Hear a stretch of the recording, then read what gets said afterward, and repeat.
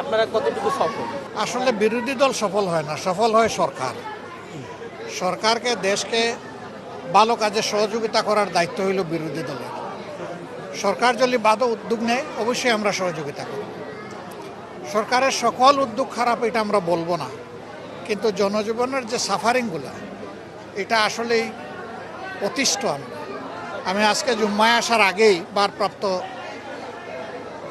Speaker যিনি আছেন তাকে আমি ফোন করেছি এবং আমি বলেছি যে সংসদের অধিবেশন জরুরিভাবে ডাকেন।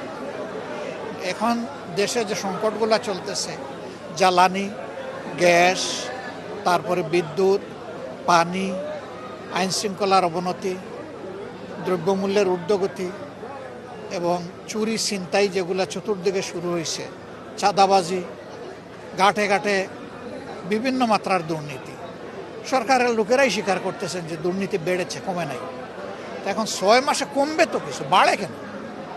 এর আগে ওনারা বলতেন, আমরা বলি নাই, ওনারা বলতেন যে নির্বাচন হয়ে গেলে সব কিছু ঠিক হয়ে যাবে। তো নির্বাচন তো হয়ে গেল, 6 মাসও চলে গেল, এখন ঠিক না হয়ে বেটিকটা বাড়তেছে কেন? কিছু ভালো কাজ যদি হয়েও থাকে, কিন্তু জনজীবনের এই সাফারিংগুলোর নিচে এগুলো সব চাপা পড়ে যাচ্ছে।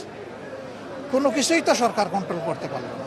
না চাঁদাবাজি বন্ধ করতে পারলো, না কমাইতে পারলো, না দুর্নীতি কমাই আনতে পারলো, না দ্রব্যমূল্য সহনসীমার ভিতরে রাখতে পারলো, না গ্যাস মানুষকে দিতে পারলো। এই যে দেখেন এইখানে মানুষ নামাজে আসে, আমাকে বলতেছে গ্যাস দেন, গ্যাস নেই, পানি দেন, পানি নাই। বিদ্যুৎ অবশ্যই এখানে শহর হওয়ার কারণে কিছুটা ভালো, কিন্তু গ্রামে তো মানুষ একবারে মরে যাওয়ার উপক্রম হয়ে যাচ্ছে। আমরা এগুলা নিয়ে মনে করি যে সংসদে অর্থবহ আলোচনা করা উচিত এবং সবাই মিলেমিশে এগুলা সমাধানের পথ বাইর করা দরকার। এবং সরকার কতটুকু সফল বা বিফল এটা জনগণ মূল্যায়ন করবে, আমরা এটা জনগণের উপরে ছেড়ে দিই। বিরোধী দল হিসাবে আমরা একটা কথা বললে ওনারা বলবে বিরোধিতার খাতিরে বিরোধিতা। Late the people to decide the matter. আসলে সরকার কি করলো, কি সফলতা সরকারের আছে বা নাই।